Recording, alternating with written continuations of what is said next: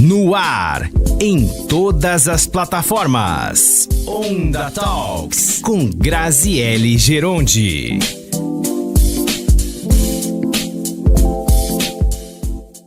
Olá, seja muito bem-vindo a mais um Onda Talks e hoje nós vamos falar exatamente de ambiente digital. Você vai entender melhor daqui a pouquinho. Antes, claro, eu quero te convidar para você nos acompanhar em todas as nossas plataformas. Então, vamos lá. Se você está no Bom e Velho Rádio, no 106,3, você também tem como opção ouvir a gente, acompanhar as nossas informações pelo Radiosnet. É só você baixar o aplicativo Radiosnet no seu celular e dentro dele você procura por Nova Onda Limeira. E aí você vai ter todo o nosso conteúdo, muita música boa, muita informação à sua disposição 24 horas por dia. Se você tiver uma Alexa em casa, é só você falar assim para ela: Alexa, tocar Nova Onda Limeira. E aí você também vai ter toda a nossa programação à sua disposição. Nós estamos também no YouTube, você pode inclusive nos assistir no YouTube, olha só que legal. E lá é só você procurar por Nova Onda News e você também vai ter os nossos podcasts para você ver, rever, compartilhar com os amigos. Tem muita coisa legal lá. E claro, estamos no Instagram, @Nova Onda News no Instagram. Nos siga e fique por dentro de tudo que rola por aqui. Bom, agora sim, feito todos os convites, vamos agradecer também a Multi Entretenimentos, que está sempre presente aqui com a gente. Obrigada mais uma vez e sempre fazendo o evento da melhor forma, mais animado e mais alegre com a Multi Entretenimentos. Agora sim, vamos então ao nosso assunto de hoje. A gente vai falar sobre crimes cibernéticos. E de acordo com a SaferNet, as denúncias de crimes cibernéticos aumentaram 28,4% em 2025, impulsionados muitas vezes por abusos sexuais infantis e golpes financeiros. É preocupante, né? A gente usa a internet direto, está sempre conectado a ela, seja em rede social, seja no YouTube, seja num site, seja no WhatsApp, em qualquer lugar. A internet hoje ela faz parte da nossa vida. Só que nós temos que saber os cuidados, os limites e as leis. E olha só, mais um dado impressionante. Em 2022, o Brasil era o 5º país que mais sofria com crimes cibernéticos. Um dado que a gente também precisa ficar bastante alerta e é por isso que eu convidei o Dr. Júlio Ballerini, advogado, também professor de Direito da FAGE e da ProOrdem. Professor, obrigada por aceitar o nosso convite. Seja muito bem-vindo ao Onda Talks. Eu, na verdade, agradeço o convite, né? É sempre uma oportunidade da gente estar falando, não apenas para os alunos da gente, mas para a população em geral, né? E realmente, o que a gente observa, o mundo mudou, a economia mudou. Então, a gente tinha lá atrás, há 100, 200 anos atrás, uma ideia de que quem tinha patrimônio era quem tinha terra.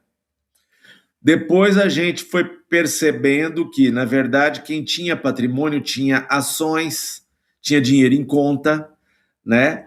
Mas aí, sem que a gente percebesse, o dinheiro foi ficando irrelevante, né? Eu me lembro que há 20 anos atrás eu andava com cheque na carteira e dinheiro no bolso. Agora a gente se acostumou com o quê? Com dinheiro de plástico, com o cartão. Ou seja, o dinheiro físico desapareceu, né? O cheque caiu em desuso. Dizem alguns que vai voltar por causa da tributação, né? Que o pessoal vai voltar com o cheque. Mas a verdade é essa. Sem que a gente percebesse de modo lento e gradual, o mundo físico foi sendo descartado. E a gente passou a usar o dinheiro, a circulação do dinheiro, a circulação da riqueza, através de meios digitais. E o uso de redes sociais, o uso da internet, fez com que começassem a ter fenômenos como a monetização, como a possibilidade de captação de recursos pela internet, pelas redes, tá? Então a gente observa que Faz muito tempo que a gente não escuta falar do golpe do bilhete premiado, porque o estelionatário também evoluiu. O estelionatário, ele percebe que é melhor para ele, é mais seguro para ele, né, ele se hospedar num site aí do exterior, se acobertar num meio de pagamento como esse, né, abre uma conta talvez até no exterior, começa a emitir boleto falso, né, ou um hacker numa conta hospedada no leste europeu vem e acaba fazendo o quê? Um sequestro de dados, pedir resgate, né, e uma imensa onda de crimes virtuais aí, porque o conto do bilhete premiado estava lá o estelionatário ali presente, correndo o risco de ser preso em flagrante a qualquer tempo. E na suposta clandestinidade do meio virtual, ele se sente até mais seguro para aplicar o golpe. E se antes ele aplicava um golpe correndo o risco de uma prisão, agora ele aplica milhares de golpes de uma vez só e capta um valor muito maior. Então, a criminalidade... Isso é uma das explicações do porquê que cresceu tanto os crimes cibernéticos, né, doutor? Pois é, e a gente observa isso. Esse crescimento se dá por uma especialização, por uma mudança, né? Você muda a economia para o mundo virtual, né? O valor hoje é mais fácil captar recurso no mundo virtual do que captar no mundo físico, no mundo real. E eles acabam aplicando, refinando os golpes, usam esse conhecimento das redes em detrimento geralmente de quem? De vítima idosa que não está acostumada com esse ambiente, que tem dificuldade, que às vezes depende de um filho ou de um amigo para estar operando, gente que acredita muito numa boa-fé, que hoje a gente sabe que a boa-fé ela não pode mais ser presumida como era anos atrás, né? E a gente observa também pessoas de menor escolaridade sendo vítimas em sua boa-fé desse tipo de ação criminosa, né? Pelo menos nesse campo aí dos crimes financeiros, dos estelionatos, né? Dos golpe do falso advogado, né? Então, hoje eles abusam dessas medidas virtuais e acaba tendo uma estatística enorme, um volume muito grande de vítimas caindo nesses delitos. Doutor, e não são só esses, né? Além do estelionato, a gente tem diversos outros crimes, inclusive pedofilia, né? Quais são os crimes virtuais, doutor, mais comuns e que mais são cometidos no ambiente digital? Olha, eu vou te falar que de longe é o crime, o estelionato, tá? Falso boleto, falso advogado, né? De longe é o estelionato. Tá? E a gente até recomenda, olha, pelo amor de Deus, não paga boleto que você recebe, não pague multa que você recebe, não pague alerta de radar, não pague nada disso, tá? Primeira coisa que você faz, veja de onde veio o e-mail que chegou para você. Ninguém manda 1, 2, 3, 4 regularização CNH, tá? Se fosse do governo, teria uma terminação .gov, tá? Então, muito cuidado com isso. A par desses golpes, né, e são muitas vezes refinados, tá? Você pega golpe de falso advogado, eles conseguem até a foto do advogado, eles leem o processo que está disponível na internet antes, ou seja, deve ter alguém com formação jurídica para entender o que faz e liga para o cliente como se fosse um grande escritório, tá? Mas também nós temos o quê? Nós temos as intimidações, né? Stalking, temos bullying, temos pedofilia nas mais variadas formas, seja na divulgação de imagens e vídeos, seja na adulteração dos vídeos, né? Coloca hoje com a IA uma pessoa real no meio de uma cena de algum filme pornográfico, né? Temos extorsão. Olha, eu peguei seus dados aqui, ó. Eu sei que você fez tal coisa. Peguei as fotos peguei os nudes que tem no seu celular aqui, porque eu entrei nele, tá? Então você me dá agora 100 mil ou eu vou divulgar para todo mundo nas redes, né? Então isso aí é uma extorsão, é um crime gravíssimo, tá? Você tem crimes de injúria, de calúnia, de difamação, onde as pessoas te ofendem no meio digital. Você tem essa exposição de material pornográfico de crianças. Você tem gente que quer aliciar menores, tá? E a lista aí é infinita, tem uma variedade imensa. Vai desde crimes mais brandos, de penas brandas, né, penas de multa, até situações gravíssimas como a pedofilia, que são crimes hediondos. E, doutor, a internet ainda é uma terra sem lei? Ou temos leis para poder combater todos esses crimes que estão acontecendo no ambiente digital? Olha, o que a gente coloca é o seguinte, quem é que está nesse embate? São as chamadas Big Techs e o Estado. Tá? Então, como é que funciona isso? As Big Techs, elas não se sujeitam, em grande parte, nem à lei americana, tá? Porque elas têm um pacto lá de arbitragem e onde elas, nos conflitos entre elas próprias, resolvem tudo com base na arbitragem privada e nem o Estado regula esses conflitos de direito internacional lá, tá?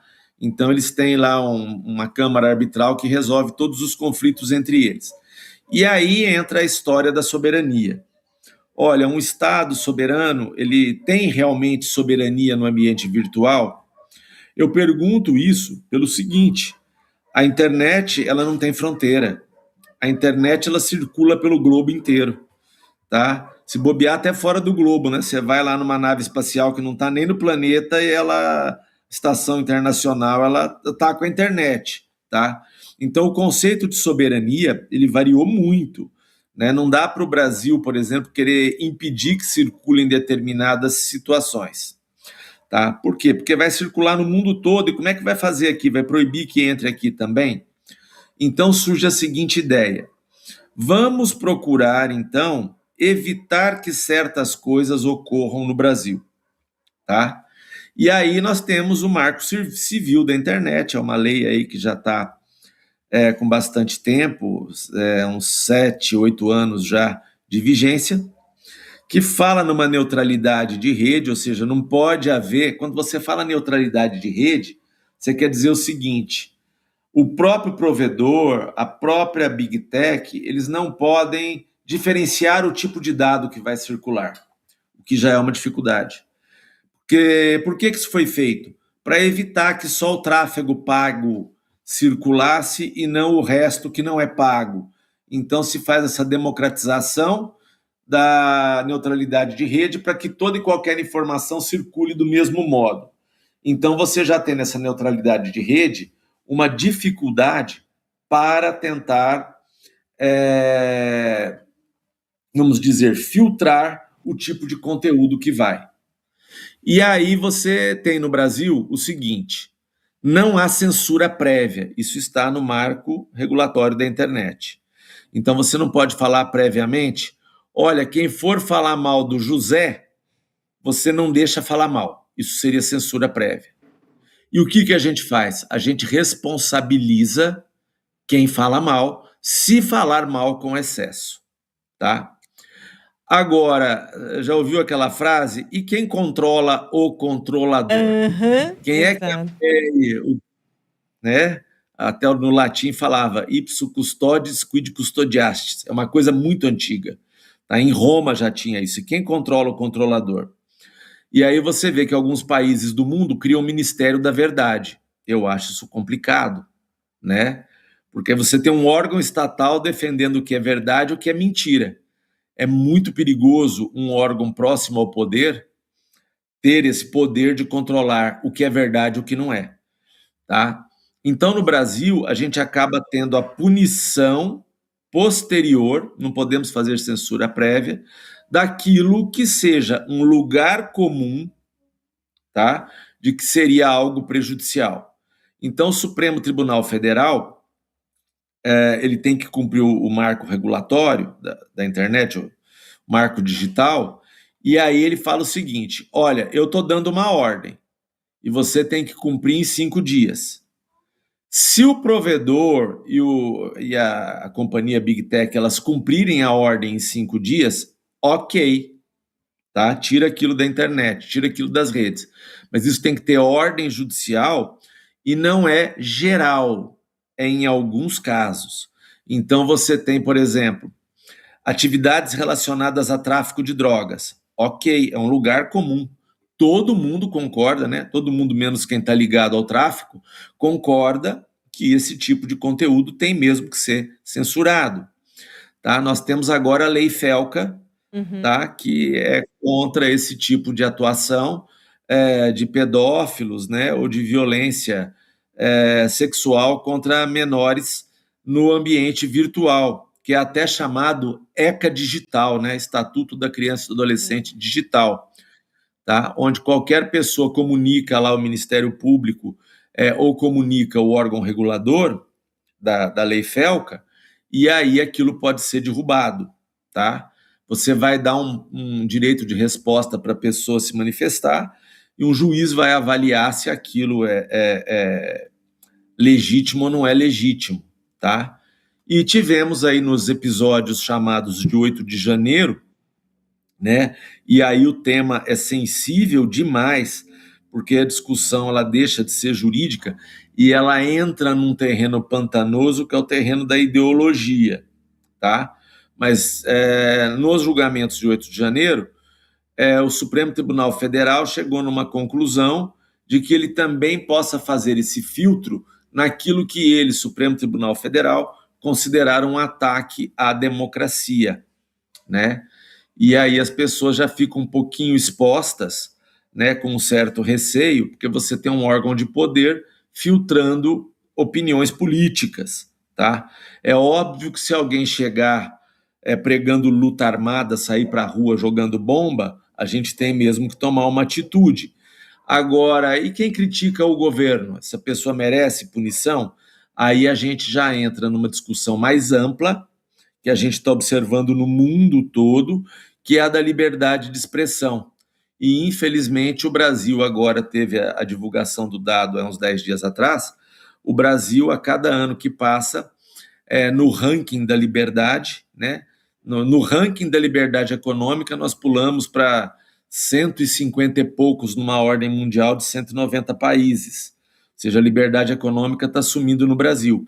E agora, na liberdade de expressão, chega-se à conclusão de que Bangladesh tem mais liberdade de expressão no ranking mundial do que o Brasil. Esse dado começa a ficar um pouco preocupante, mas eu não vou entrar nessa seara da ideologia aqui, porque cada um tem a sua e eu respeito todas, tá? Agora, tá tendo isso aí. Doutor, agora a gente tem essas leis que regem a internet, como nós estávamos explicando. Mas como fiscalizar o que acontece no ambiente digital, doutor? Olha, você veja aí o seguinte, hoje há um conceito no direito penal que é o chamado cifra negra. O que é isso? A gente tem um índice de violência, tá? Aumentou o volume de crimes de 100 mil para 200 mil, dobrou. Na verdade, ele não dobrou, ele é muito maior. O que seria a cifra negra? É o grande volume de crimes que as pessoas sofrem e que nem comunicam às autoridades, porque fala isso aqui não vai dar em nada. Tá? Então, uma estatística dessa, ela é muito maior do que a realidade. Por isso que as pessoas têm uma percepção de falta de segurança muito maior, porque não é só 200 mil crimes, na verdade devem ser 2 mil crimes, é que as pessoas pararam até de comunicar, né? Já aconteceu conosco aqui da gente tentar renovar um passaporte e ter que ser no link da Polícia Federal. A gente toma as cautelas, viu lá, terminação Gov, pegamos, pagamos boleto, e era isso um escritório de advocacia, tá? Que tomou todas as cautelas e ainda assim percebeu que o boleto era falso no site oficial da Polícia Federal. Nós tomamos a iniciativa de comunicar e começou uma sindicância. Agora, pense em quantas pessoas que caem nesse tipo de golpe e não vão nem comunicar, tá? Então as pessoas... Pois não. E às vezes, doutora, a gente inclusive recebe mensagens, né? Como acontece muito em golpe de WhatsApp, né? Olha, eu troquei de número, estou precisando de um Pix urgente, faz aqui para mim. E aí você leva para a delegacia, você faz o boletim de ocorrência, mas a impressão que a gente que está aqui desse lado sendo vítima tem é que muitas vezes isso não tem nenhuma investigação. Isso acontece, doutor? Olha, eu vou dizer para você, eu sou juiz de direito aposentado, então eu trabalhei do lado de lá. Eu tenho alguma percepção do que acontece nesses casos. A grande realidade não é que a polícia não esteja dando bola para o seu caso, é que há sim uma falta de estrutura material muito grande. Agora o governo, por exemplo, conseguiu no começo do ano fazer um concurso e contratar 200 delegados. Mas quantos delegados eu conheço que estão acumulando 4, 5 delegacias e a gente observa que nas delegacias muita gente aposenta e não é reposta, tá? Então, você imagina esse volume de crimes chegando e o número de funcionários envolvidos cada vez menor, tá?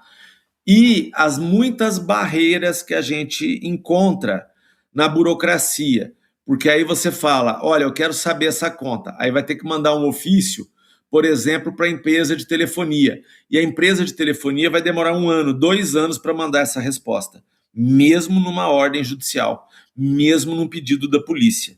Tá? Aí elas falam, nós não temos tempo, nós não temos o dado, nós vamos passar primeiro para o jurídico. Então, é uma burocracia muito grande para apurar esses crimes digitais. Muitas vezes a polícia até sabe, já localizei aqui, mas ela não localizou, ela localizou para o sistema dela, mas de um modo não autorizado pela lei. Então, ela tem que esperar vir toda aquela burocracia, o crime digital vai no ritmo da tecnologia, a apuração do crime digital vai no ritmo da burocracia. E é por isso que esse ato é enorme e as pessoas têm a falsa percepção de que não está acontecendo nada. No fim, acaba acontecendo alguma coisa. Só que por vezes acaba tão tarde que dá uma prescrição, não pela culpa da polícia. Pelo menos com um grande número de policiais com que eu tive contato a minha vida inteira, eles têm, sim, aquela intenção de punir quem comete crime. Mas a burocracia nesse país é imensa para que você chegue no fim de um processo criminal desse. E essa que é a grande dificuldade. Tá? E muitas vezes tem um canal mais simples. Qual canal? Vá, por exemplo, atrás do banco. Mas não vá brigar com o seu banco. Se você falou para o banco transmitir o valor, a culpa não é do seu banco. E é por isso que as pessoas entram com ação, às vezes, e perdem. Você tem que ir manifestar a sua pretensão, não contra o seu banco. Mas olha, o seu banco passou dinheiro para um outro banco onde o bandido abriu a conta. Onde que está a falha? Está no banco que abriu a conta para o bandido. Mas por quê? Porque ele não conferiu documentos, tá? Geralmente são documentos falsos, e porque ele não cumpriu as rotinas do Bacen de movimentações atípicas. O cara abre a conta num dia, naquele dia aparecem os milhões, e tudo que vai entrando naquela conta já sai imediatamente para outra conta, para outra conta, para outra conta. Então, esse banco onde o fraudador abriu a conta e ele utiliza para dar o golpe, esse é o banco que deve ser responsabilizado. E, por vezes, um canal como esse acaba surtindo mais efeitos do que você apelar para a burocracia de companhias de telefonia, de big techs e tudo mais. Por quê? Porque o banco, quando ele é acionado, ele tem um setor de segurança interna. Esse setor de segurança interna, ele vai correr, vai usar a tecnologia, o banco tem um quadro jurídico muito eficiente, porque ele, banco, vai querer responsabilizar o fraudador, e ele já vai levar isso pronto para a polícia. Professor, e aí a gente tem também uma outra questão, que são as Deep Webs. Né, sites que ficam na Deep Web, que muitas vezes rola de tudo, né? Desde pedofilia, maus tratos animais, incentivo, né, a maus tratos animais, entre várias outras questões, tráfico de drogas e por aí vai.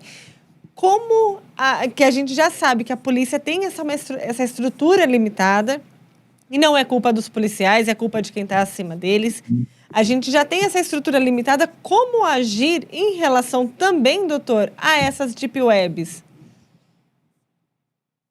Olha, aí na deep web, tá? E o problema é esse: você ter o ritmo da tecnologia e o ritmo da burocracia, tá? Até o conceito de criptomoeda, ele foi desenvolvido na deep web. Ah, mas como? Porque, olha, o traficante, ele não tinha como fazer uma transação bancária legítima, e ele usava um banqueiro duvidoso para comprar urânio de um outro país para vender para um outro para fazer bomba e tal. E nisso eles desenvolveram a criptomoeda.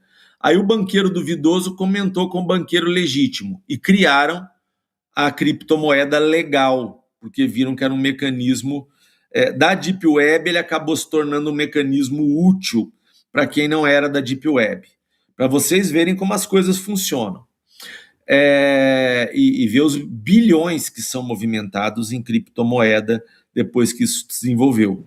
O que eu quero dizer é que a Deep Web, ela é movimentada por lucro, tá?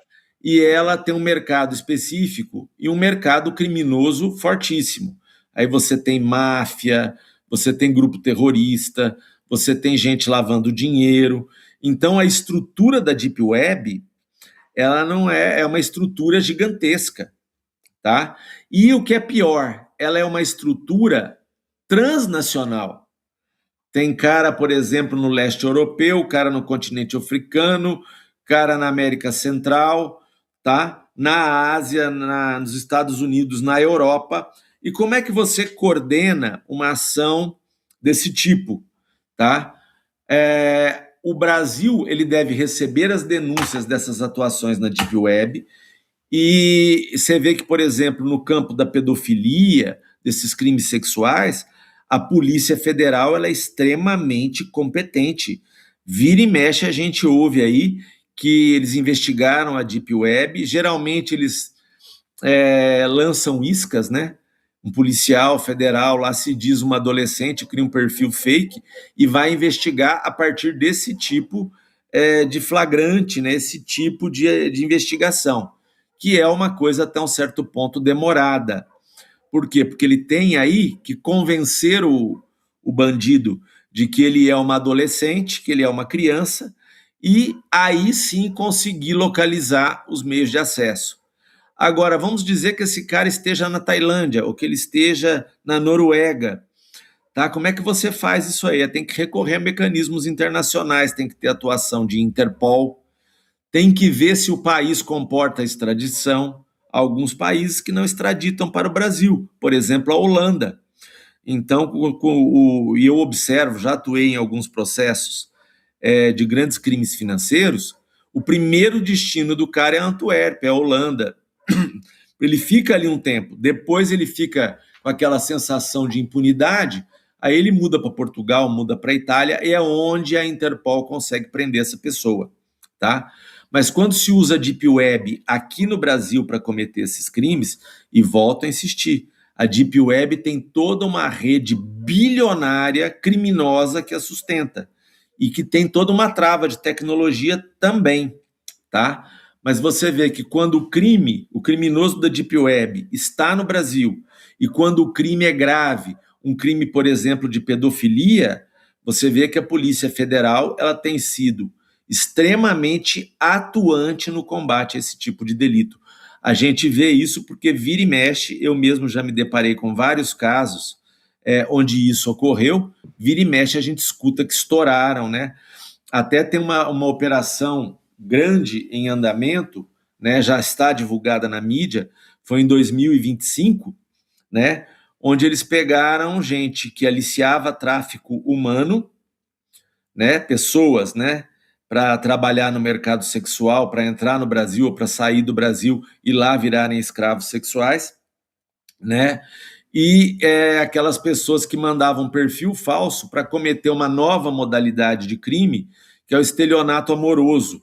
é aquele onde o bandido ele desenvolve um vínculo de afetividade com a pessoa, fala, eu sou uma militar americana, viúva, sou sofredora, gostei da sua foto, tal. Aí ela pega uma pessoa extremamente solitária que vai passando dinheiro para ela vir para o Brasil. Foi aqui na região de Ribeirão Preto, em 2025, uma rede imensa que envolvia brasileiros e estrangeiros, trabalho da Polícia Civil de São Paulo com a Polícia Federal, e prenderam já mais de 80 pessoas que praticavam esse tipo de crime. O começo de colocar grupos especializados dentro das polícias, né, seja ela civil, seja ela federal, isso tem ajudado muito a coibir esses crimes cibernéticos, né, doutor? Sim, e hoje você tem gente que eles chamam hacker do bem, né? São técnicos de TI altamente especializados, né, e que acabam até sendo contratados pela polícia como terceirizados, porque eles têm uma expertise muito grande, né? Eles poderiam estar trabalhando na Deep Web, mas descobriram um nicho de mercado grande, eles vão trabalhar para banco, vão trabalhar para a Bolsa de Valores, vão trabalhar para órgãos do governo mediante licitação, e são pessoas extremamente talentosas, que abrem empresas e aí a polícia acaba licitando, e esses hackers do bem vão e eles destrincham tudo, né? A especialização é tudo, né? Já ouviu aquela expressão, combata fogo com fogo. Se a Deep Web tem TIs de última geração, né, que são pagos aí em valores muito grandes, né, e conseguem fazer circular sua riqueza pelo mundo, o Brasil ele tem que contar também com esse tipo de parceria de empresas terceirizadas especializadas, porque a briga aí ela é extremamente tecnológica. Já não dá mais para você ter aquele trabalho de contar apenas com o trabalho daquela investigação de ficar ali de campana, ficar vigiando, porque é muito grande, é muito rápido o ritmo da internet. Você tem que ter alguém que não só vá atrás, mas aí o mais importante, você tem que esse cara, esse hacker do bem, ele vai fazer o quê? Um trabalho preventivo. Ele vai falar, o sistema está falho aqui, o sistema está falho ali. Se a gente criar uma tecnologia assim, que detecta, toca no painel muralha aí do sistema da Polícia Civil, que teve esse tipo de acesso e tal. Então, esse é um trabalho de inteligência policial hoje que tem muito relevo, que tem sido muito profícuo. Ele tem realmente dado resultados. Mas é o que eu falo, você não tem uma estrutura material, por exemplo, de um número grande de investigadores nesse setor. E eles têm um volume muito grande de denúncias para apurar. Sem contar que, às vezes, é muito variado. É o que nós falamos no começo, tem estelionato, tem falso advogado, tem falso boleto, tem calúnia, tem stalking, enfim, é muito serviço para um setor que acaba ficando pequeno dentro da estrutura policial. E por que é pequeno? Porque esse trabalho de TI é um trabalho muito caro, sobretudo nesse nível de especialização em que ele é necessário. E aí, além dessa questão de estrutura, a senhora acredita que precisaria também mudar ainda mais as leis, melhorar ainda mais as leis para poder combater exatamente esses crimes cibernéticos e vamos dizer que parear com os criminosos? Porque a gente, às vezes, está correndo atrás do prejuízo, né? Será que a gente consegue, pelo menos, parear junto com eles? Eu tive essa impressão. Depois de 30 anos no judiciário, a impressão que eu tive, eu fui juiz criminal grande parte da minha carreira, eu fiquei com a impressão de que eu enxuguei gelo, né?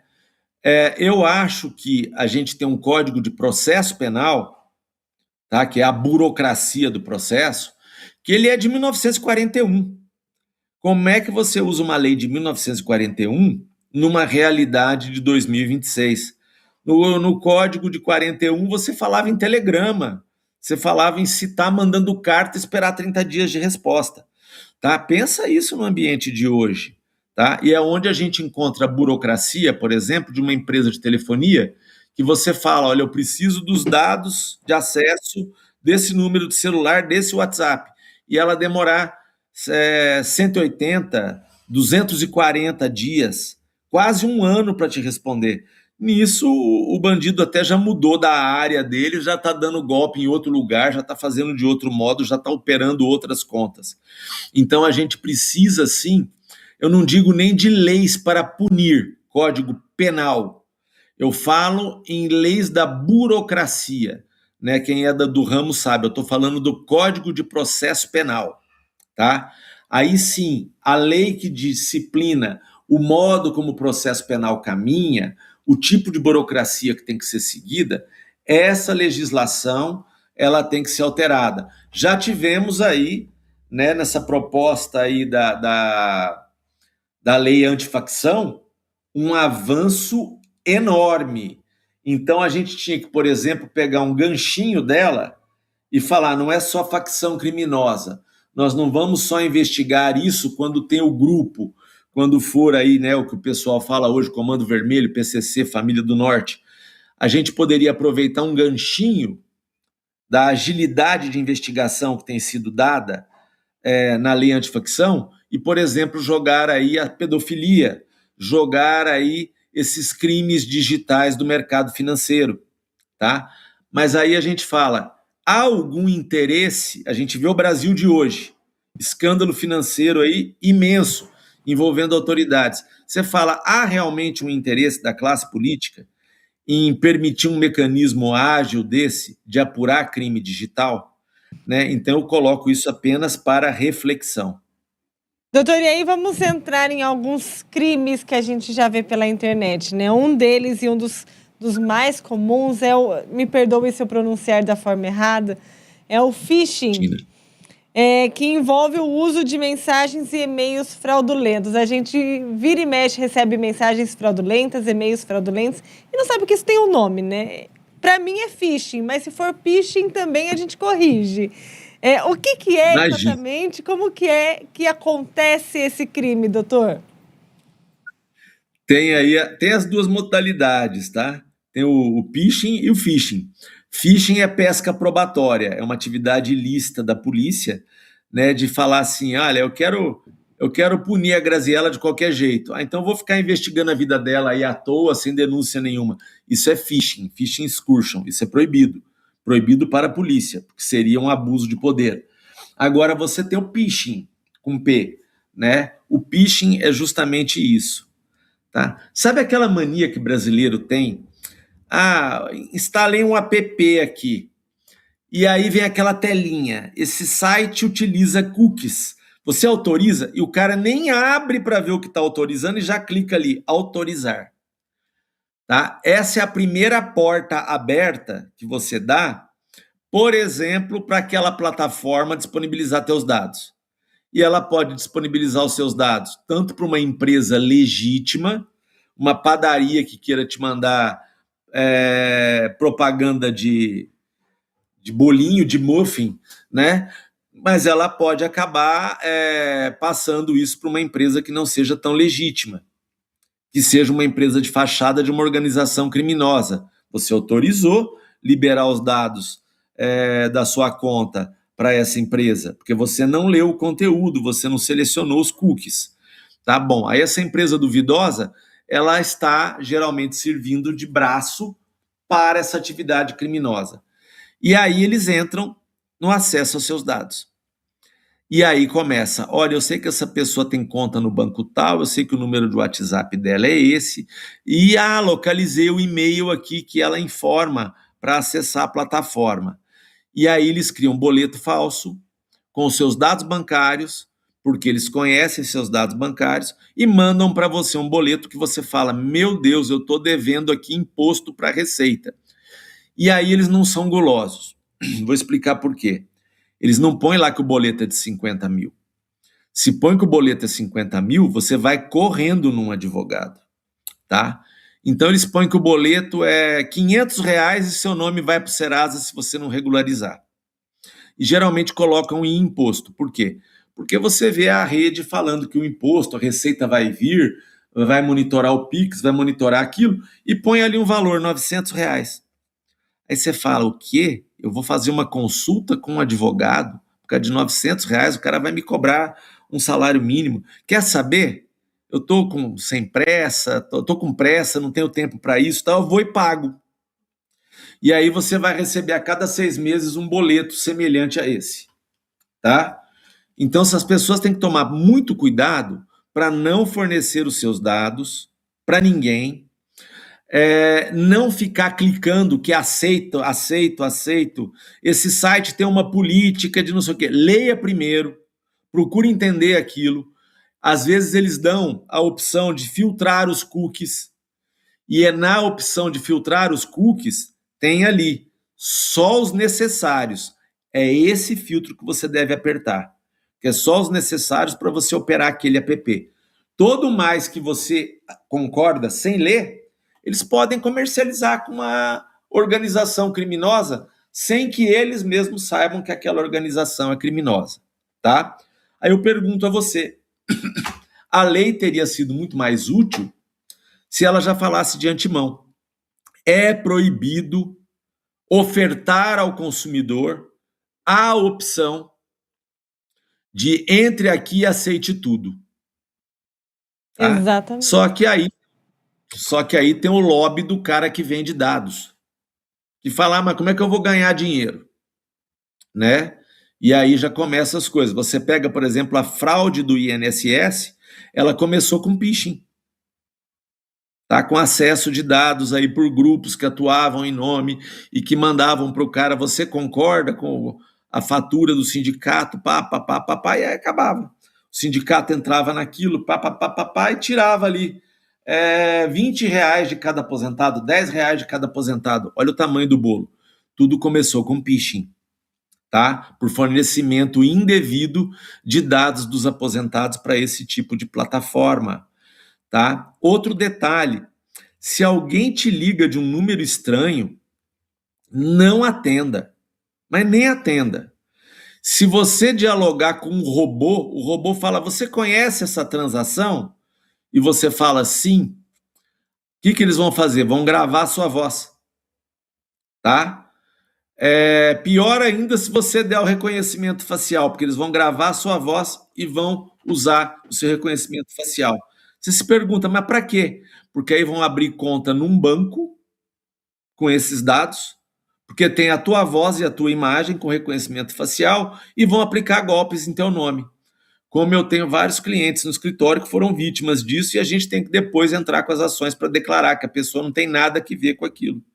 Ainda corre o risco de o banco falar, mas a culpa é sua, você não tomou cuidado com os seus dados, tá? E a gente sempre fala, banco, mas você também não tomou cuidado para abrir a conta do fraudador aí, né? Você não conferiu direito essa situação, tá? Então, olha, coloque o seu fornecimento de dados, coloque no seu celular, no seu computador, sempre aquela verificação em 2 etapas. Porque se alguém acessar externamente, vai vir um número para o seu WhatsApp, ou vai vir um número para o seu computador, e aí você casa um com o outro. Você aumenta o número de segurança, e eu vou falar, em 30 anos lidando com isso como juiz, bandido gosta de moleza. Onde ele encontra facilidade, ele vai. Se você põe uma dificuldade, ele fala, aqui com a Graziela eu não vou mexer, com o Júlio eu não vou mexer porque vai dar mais trabalho. E vai procurar o João, o José, a Maria, que não tomaram essa cautela. Tá? Então as pessoas têm que tomar muito cuidado hoje, ver que a sua voz pode ser usada como chave de reconhecimento, sua imagem pode ser usada como reconhecimento. Recebeu o e-mail, você deve para o governo. E aquele e-mail está lá, regularização de impostos 1, 2, 3, 4, Netlog. Saiba, isso aí é um golpe. Por quê? Porque senão estaria lá, receitafederal.gov e só, mais nada. Tá? E você vê que mesmo assim, nós caímos num golpe aqui de renovação de passaporte, conferindo o Gov. Tá? Isso redundou numa sindicância interna porque era alguém da Polícia Federal que estava dando acesso. Mas, enfim, mesmo com cautela hoje, você cai em golpe. Então, você tem que ficar 10 vezes mais cauteloso em receber ligação, em fornecer seus dados, em responder. Não abra nunca, tá? Chega para você, abra aqui e veja a sua multa. Não clica ali. Você clicou ali, você permite que ele entre no seu computador. Isso também é crime, tá? Alguém entrar no seu computador sem o seu consentimento, entrar no seu celular sem o seu consentimento. Isso também é crime digital autônomo. Então, uma dica importantíssima é não aceite os cookies que as pessoas colocam no site, né, doutor? E todo mundo faz isso. Todo mundo faz isso sem nem ler. E essa é a porta de entrada. Aí você começa a receber o e-mail. Aí você vai lá clicar para ver qual que é a sua multa. Você clicou ali, ele entrou no seu computador. Acabou. Doutor, Então e aí, fecha essas portas. doutor, e aí um outro crime que a gente tem visto cada vez mais também é o crime de stalking. Principalmente quem atua nas redes sociais, é influenciador, acaba tendo os stalkers atrás, que são as pessoas que perseguem outras, né? Já virou lei e já tem punição, inclusive, para esse crime, né? Como é que ele funciona e qual que é essa lei, doutor? Olha, nós estamos aí o Código Penal, o artigo 146A e o artigo 147A do Código Penal, eles trazem duas figuras que são parecidas, que é o stalking e é o bullying, tá?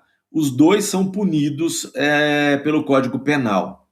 No stalking, você tem uma perseguição obsessiva, tá? Já me deparei com vários casos disso.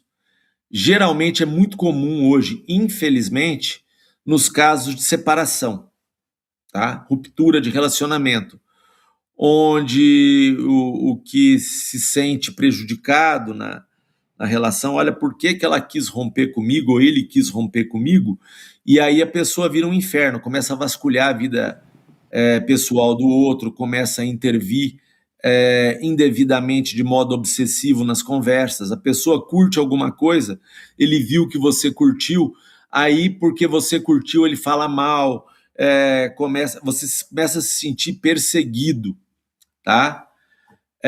Sem contar que há muita molecagem, né? Gente que fala que você... vou falar que a Graziella, não gosta da Graziella, falar que a Graziella ela tem um desmanche clandestino na casa dela. Vou falar que ela tem alguma... Só para fazer a polícia ir lá bater na sua porta e ver o que você tem lá dentro, tá? Isso também é um tipo de stalking. É crime, tá? Porque a pessoa que usa o disque denúncia desse modo indevido, ela pode ser responsabilizada por falsa comunicação de crime, que é um crime autônomo, tá? E tem gente que é tão besta que coloca aí 3, 4, 5 denúncias anônimas, tá? E aí essa pessoa, ela já acaba se envolvendo no que a gente chama concurso material e acaba tomando 5 penas ao invés de tomar uma pena só, tá? Então, para tudo isso tem a previsão. Essa perseguição insidiosa, hoje, ela é infelizmente mais comum no que a gente chama violência doméstica, né? Sabe aquele ex que fica te vigiando, aquele ex que você vai tomar um café no shopping, de repente você olha, ele está lá, né? Você está conversando com um homem, né? Você já se separou, está conversando com outro homem, aparece o cara e fica olhando, tá? Aí ele começa a ir no seu trabalho, você recebe notícia no seu trabalho de que a pessoa está procurando os seus colegas de trabalho para obter notícias suas, né? Aí você já está diante de uma figura de stalking, né? Tem aquela série da Netflix lá, o You, né? Onde o cara ele fica obsessivo com a vítima até acabar que ele mata a vítima, tá? Então é aquelas figuras. Nós tivemos aí um psicólogo em 2024 que ele passou um inferno na vida dele porque ele parou de tratar a paciente transformou a vida dele num inferno e ficou 3 anos atrás dele. Essa pessoa acabou recebendo uma ordem de prisão preventiva e se encontra presa. Por quê? Porque cada ato insidioso, vamos dizer que ela fez lá várias perseguições, tá? Caracterizou o primeiro stalking, porque o stalking não é uma vez só. O stalking, ele exige insidiosamente, ou seja, várias vezes. Mas aí você vai, comunica o primeiro ato, a primeira sequência.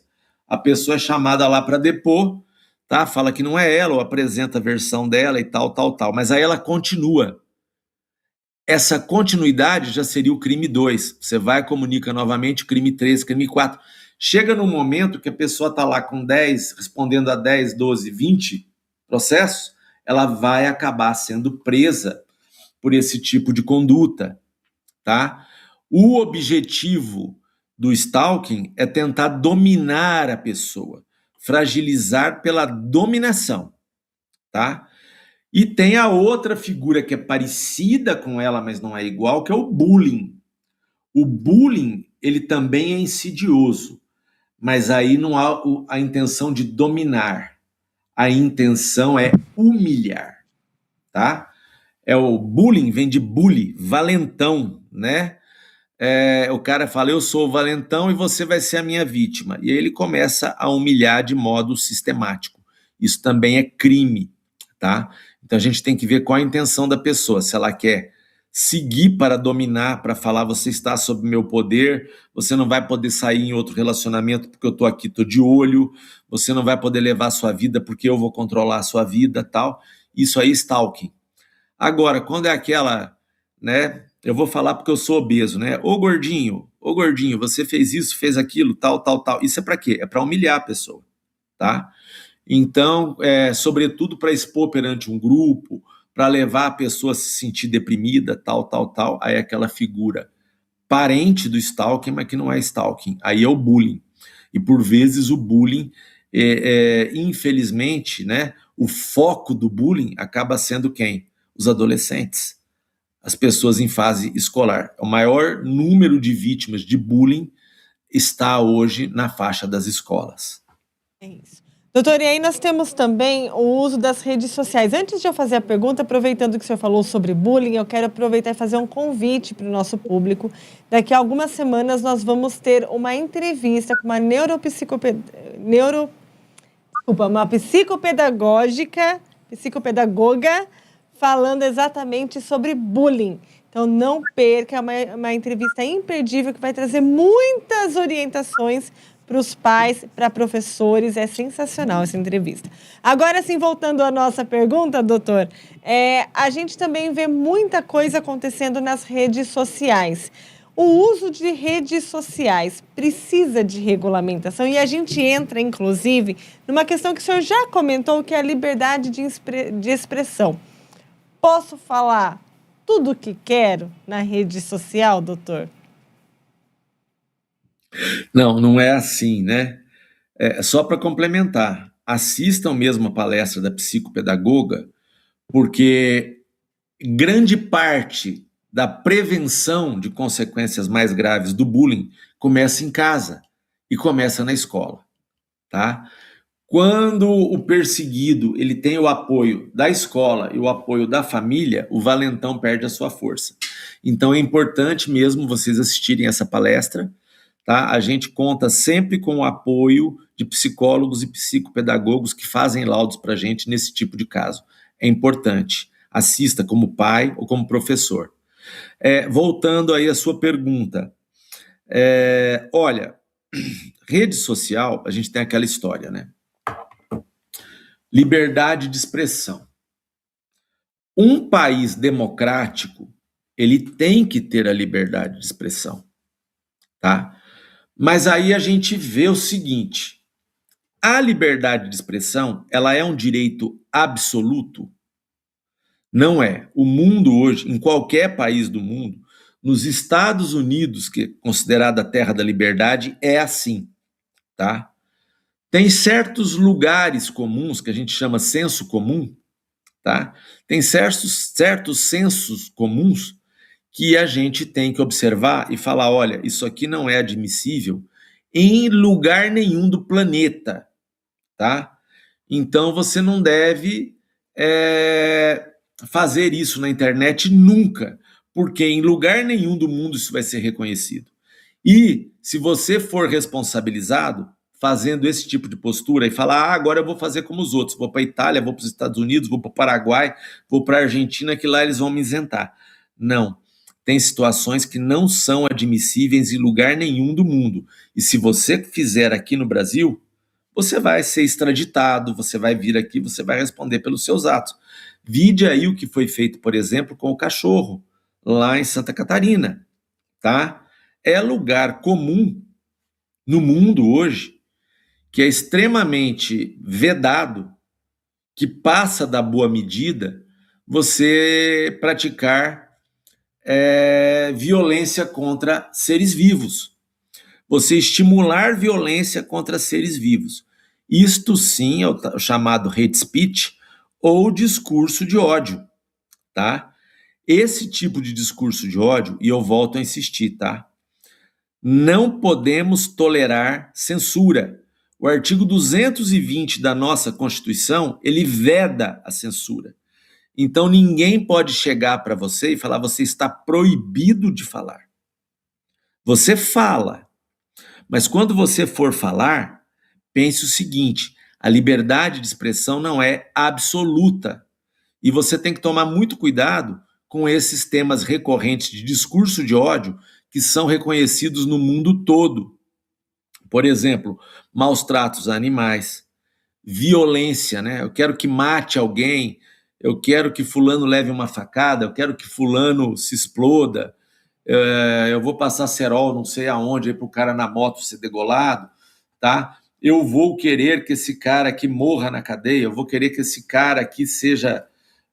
Então você tem que tomar muito cuidado quando você divulga que você quer o fim de uma vida humana ou o fim de uma vida animal, tá? Isso sim é discurso de ódio em qualquer país do mundo, tá? Hoje em dia, você tem que tomar só um único cuidado, tá? A liberdade de expressão ela não é absoluta, não é. Em lugar nenhum do mundo ela é absoluta. Você não pode sair pregando, por exemplo, terrorismo, pregando nazismo, pregando ideias... Você não pode fazer. Porque você vai fazer, tá? Só que você vai sofrer uma consequência e a consequência será grave, tá? E você não vai encontrar abrigo em lugar nenhum do mundo, tá? Agora, tem certas coisas em que você não pode admitir. Por quê? Você fala assim, todo discurso de ódio, ele é proibido. Tudo bem, concordo. Discurso de ódio ele deve ser proibido, mas apenas nos lugares comuns onde isso é aceito no mundo inteiro e onde não houver reciprocidade de extradição. Porque senão você fala que você gosta de ovo e que você odeia queijo, tá? E aí alguém fala, mas odiar queijo é queijofobia. E aí o seu discurso é de ódio. Não, pera lá, meu amigo, isso é uma preferência alimentar, tá? Eu posso falar. Se você passar a admitir que o Estado tem algum órgão, seja ele uma Suprema Corte, seja ele um Ministério da Verdade, seja ele uma forma de controle estatal, sobre aquilo que você pode ou não pode pensar, aí nós saímos de uma democracia, e tem um livro ótimo, procurem esse livro, dêem uma lida nele, As Origens do Totalitarismo, de Hannah Arendt, que era uma jornalista que foi presa em campo de concentração, passou o horror na mão dos totalitários, e ela falava, cada vez que eu abro mão de um direito meu, e concordo, o estado onde eu moro, ele vai deixando de ser democrático e vai virando totalitário. E ela põe lá os graus até chegar na ditadura, tá? Então nós temos que ver, olha, o mundo todo abomina o nazismo? Sim. Então isso é um lugar comum. Então defender o nazismo é discurso de ódio, tá? Maltratos animais no mundo inteiro é assim? É lugar comum, então não é censura. Não é opção do meu governo para me punir por pensar divergente. Esse é que é o raciocínio. Estado nenhum pode pode punir as pessoas por pensarem de modo diverso do modo dele, porque senão ele cria o pensamento oficial e ele implanta a ditadura, porque ele acaba com qualquer tipo de oposição. Esse é o grande perigo, o grande dilema da regulação das redes, tá? Se você fala, olha, tem que regular sim, o Estado está certo, cuidado, porque ele pode regular se você gosta de ovo ou você gosta de queijo, tá? Por quê? Ou porque alguém do lobby do ovo, do queijo, pagou uma propina para ele falar que não pode odiar queijo. Ou porque ele acha que comer queijo é coisa do regime oposto ao dele e tal. E aí a gente entra num campo muito perigoso de regulação da rede. Então, o que o Brasil proíbe hoje? Discurso de ódio, pedofilia e situações ligadas a tráfico de drogas e organizações criminosas. Aí vai ter agora o projeto antifacção. Tá? E os atos de 8 de janeiro, né, que é atentados à democracia. Perigos que eu vejo aí. Discurso de ódio não pode ser ilimitado, não é qualquer discurso que não goste de alguma coisa que pode ser interpretado pelo Estado como discurso de ódio. Isso tem que ser visto caso a caso, tá? E não pode ter uma regra absoluta. Não pode falar de queijo porque o comida oficial do Estado é o ovo. Não pode, tá? E você não pode, nessa história do 8 de janeiro, punir uma ideologia, tá? Então, qualquer discurso que eu acho que é perigoso, eu vou controlar. Aí eu acho que o Estado brasileiro ele deve repensar a sua postura e criar outro tipo de mecanismo regulatório que não seja nessa linha, porque essa linha é muito perigosa e a liberdade de expressão existe, ela é respeitada em grande parte dos países do mundo e ela não pode ser desprezada no Brasil. Senão você cria uma imprensa oficial e acaba com qualquer outro tipo de imprensa que não seja oficial. Jornalistas não vão poder falar, né? Como você veja agora, a situação de regulação da profissão de youtuber. Você vai ter que ter uma autorização do Estado para ser youtuber, tá? Então esses caminhos me começam a ser um pouquinho perigosos em termos de poder expressar ou não poder expressar a sua opinião nas redes. Essa é uma opinião técnica, neutra, e eu não entro na ideologia de ninguém. Eu estou trazendo esses temas à reflexão. Perfeito, doutor. Doutor, eu ficaria mais 1 hora aqui conversando com o senhor, porque, olha, é muito interessante a gente conhecer os bastidores da internet que a gente, como usuário, às vezes não sabe. Mas como a gente está chegando ao final do nosso programa e já deu 1 hora aqui de conversa, de bate-papo, eu queria que o senhor deixasse uma orientação para o nosso público, para quem é vítima de algum crime cibernético, o que fazer? Qual o caminho que deve seguir, que deve procurar ajuda? Onde ir, doutor? Olha, então o primeiro passo, tá? O primeiro passo que eu recomendo é fazer um BO. Ah, mas eu vou fazer um BO por causa de R$900? Vai, tá? Por causa de R$10 você faz o BO. Por quê? Porque esses R$10, esses R$20 que estão tomando da sua conta é a porta de entrada. Você não faz mais, daqui 6 meses eles vão tomar 200. Você não faz mais, daqui mais 6 meses eles vão abrir uma conta no banco, porque vão ver que seu padrão é de passividade e você está dando liberdade. E aí eles vão abrir uma conta e vão fazer um financiamento de R$40 mil na sua conta. Tá? Eu conheço um professor de 80 anos de idade que nunca foi para o Maranhão e está preso preventivamente porque estaria a sua conta com seus dados telefônicos envolvidos no esquema de milhões de desvio. Então faça sempre o BO. Você pode fazer o BO digital e deixa aquilo registrado, tá? Se você percebeu que, olha, é o banco A, eu tenho conta no banco A e ele pagou o banco B, vá no Procon. Registre também aquilo por escrito no Procon. Fala, olha, o banco B permitiu que um fraudador abrisse conta lá e eu perdi R$20 por causa dessa brincadeira. Ah, mas eu vou fazer essa encrenca, um BO e uma reclamação no Procon por causa de R$20? Vai, porque senão o rombo vai ficar maior e eles vão falar, a culpa é sua, você deu os dados e nunca falou pra gente que estava tendo problema. Se for com o cartão de crédito, comunique imediatamente a operadora de cartão de crédito. Quem tem os dados do cartão de crédito e código de segurança não vai dar um golpe de R$500, vai dar o golpe do seu limite, ele vai comprar no seu limite até enquanto o cartão estiver passando. E aí dá para responsabilizar, sim, o cartão de crédito por conta disso. Vai demorar de 2 a 3 anos, mas você recebe de volta e às vezes recebe até com o valor dobrado. Então são as 3 importantes, BO, Procon e no caso do cartão de crédito, procurar a operadora. Outra dica, não forneça dado, não forneça voz, nem atenda ligação telefônica de número que você não conhece, tá? E não forneça dados nunca. Se for falar com um robô nessas condições, não deixe a sua voz ser gravada, desligue a ligação naquele momento. Não aceite automaticamente, eu concordo com cookie, concordo com dado, concordo com tudo, não assine. Que eu digo para os meus alunos há 34 anos que eu dou aula. O mundo é um lugar perigoso para se viver. E a internet, ela torna exponencialmente muito mais perigoso. porque ela não tem fronteira, ela é de difícil controle, ela pode ser praticada em qualquer ponto do mundo. Perfeito. Doutor, eu espero que as pessoas tenham entendido essas dicas e consigam se proteger também contra os crimes cibernéticos.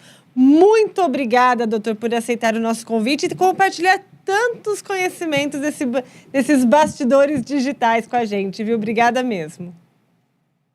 Eu que agradeço a oportunidade, estou sempre à disposição de vocês e parabéns, porque pareceu que a gente estava comendo amendoim e tomando chopp no boteco. Eu não vi essa hora passar.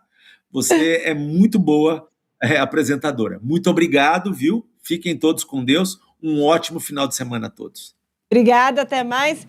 Eu te espero no próximo programa. Na semana que vem eu estou de volta, quinta-feira, às 6 horas da tarde. Até mais.